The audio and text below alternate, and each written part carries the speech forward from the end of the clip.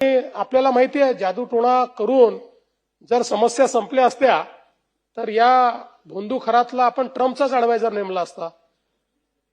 म्हणजे सुरक्षा सल्लागार म्हणून हे सगळेच विषय त्या ठिकाणी संपले असते आणि मग युद्ध जे आहे ते आपण ड्रोन ऐवजी लिंबू मिरचीनी लढलो असतो. आणि मग पाकिस्तानच्या दहशतवाद्यांना इथे बसूनच आपण चाचण्यांनी संपवून टाकलं असतं आणि मग सीमेवर सैनिक पाठवण्याची आवश्यकता नसती पडली. 5-10 भोंदूबाबा पाठवले असते आणि आपली सीमा ही एकदम त्या ठिकाणी नीट झाली असते. आणि सगळ्यात महत्वाचं आपल्याला अशी जी प्रचार सभाच घ्याव्या लागल्या नसत्या.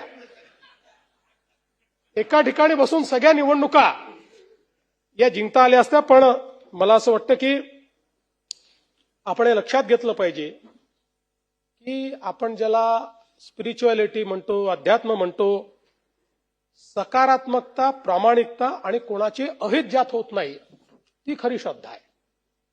ज्यात दुसऱ्याचं अहित होतं ही कधी श्रद्धा असू शकत नाही, ती अंधश्रद्धा आहे. आणि याच्या विरुद्ध निश्चितपणे मोठ्या कडक पद्धतीनं राज्य सरकार कारवाई करेल.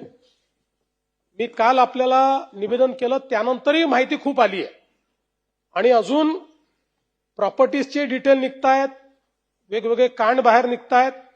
त्यामुळे मला असं वाटतं की या शब्द योग्य नाही पण या ज्या सुरस आणि चमत्कारिक कथा आहेत या अजून काही दिवस जोपर्यंत पूर्ण त्याची चौकशी होत नाही तोपर्यंत सुरू राहतील.